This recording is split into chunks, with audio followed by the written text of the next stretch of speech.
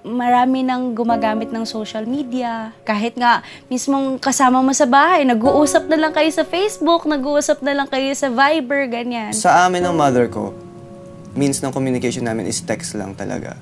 Bukod dun sa madaming ginagawa sa academics, ang dami pang co-curricular, mas madali yung makipag-communicate in social media. Kailangan mo din makisabay sa social media. Kailangan mo din maging in.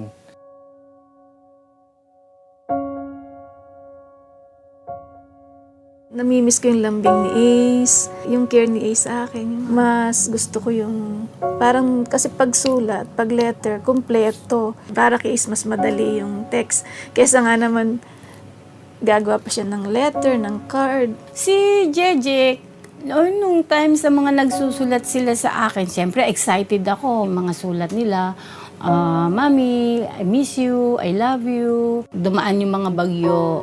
Talagang binabaha din yung bahay namin. So, yung ibang sulat kahit papano, meron akong ilang naitabi. Pag gumawa si Chant ng card o sulat, gawa niya talaga.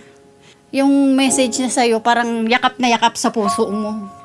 Namimiss ko talaga yun. Pero sa ngayon kasi, nasanay ka na rin sa ganong sitwasyon. Yung sa social media na lang pinapadaan. Ang pagsusulat ng letter, baduy. Kasi hindi na siya ginagawa ngayon. Time-consuming. Nahihiya ka na sa parents mo kasi matanda ka na. Pang masculine effect yung yung hindi gumagawa ng letters, gano'n. Nakakatamad na. Laos na yung pagbibigay ng greeting cards kasi makabago na tayo ngayon, internet na.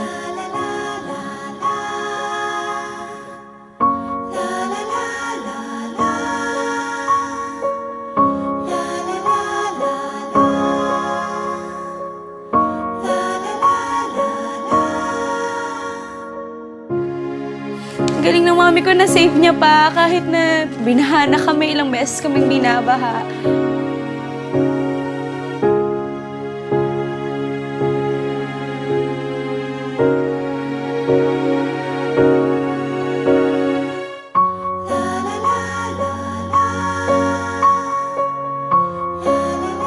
Ngayon ko lang naalala na may ganito pala akong sulat.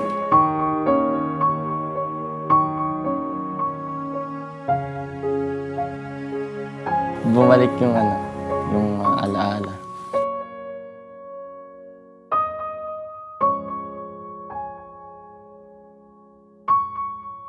Parang kinain ko lahat na sinabi ko kanina.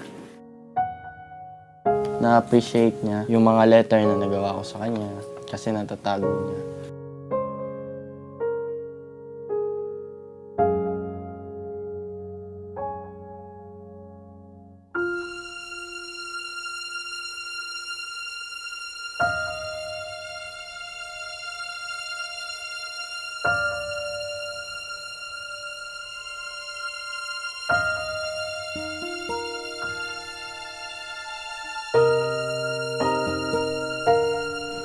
Kasi parang best friend ko na siya eh.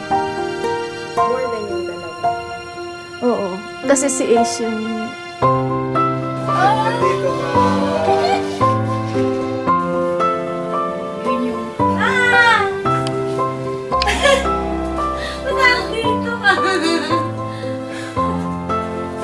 Ito, yung ginawa niya ngayon. Masayang masaya. Kasi may babasahin na naman uli ako. Masarap sa pakiramdam ang may ganitong binibigay sa akin ang mga anak ko. Masayang-masaya ako dahil naramdam ko na naman yung dati. Alam mo, kita, ma.